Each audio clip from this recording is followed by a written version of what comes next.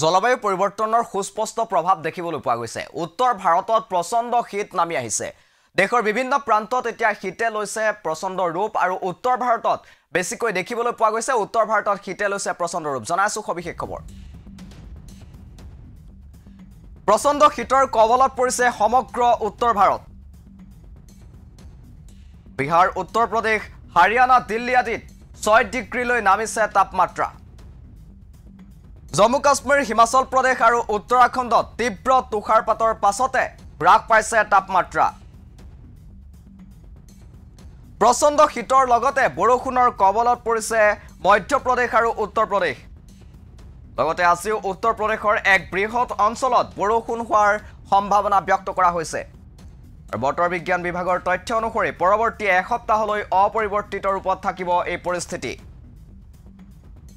জলবায়ু পৰিৱৰ্তনৰ সুস্পষ্ট ৰূপ এতিয়া ধৰা পৰিছে, কিয়নো প্ৰচণ্ড শীতৰ কবলত পৰিছে সমগ্ৰ উত্তৰ ভাৰত।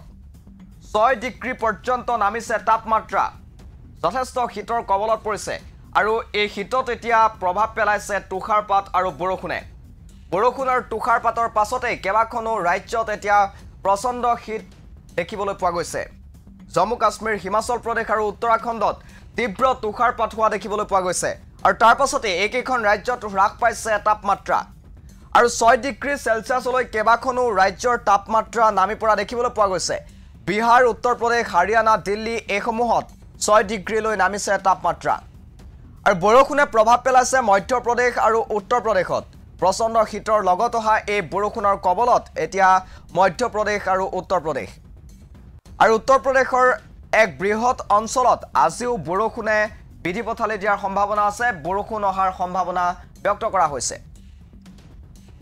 আৰু বতৰ বিজ্ঞান বিভাগৰ তথ্য অনুসৰি পৰৱৰ্তী এসপ্তাহলৈ অপৰিৱৰ্তিত ৰূপত থাকিব এই পৰিস্থিতি।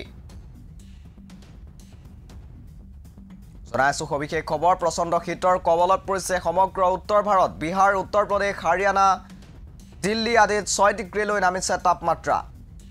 জম্মু কাশ্মীৰ, হিমাচল প্ৰদেশ আৰু উত্তৰাখণ্ডত তীব্ৰ তুষাৰপাতৰ পাছতেই হ্ৰাস পাইছে তাপমাত্ৰা।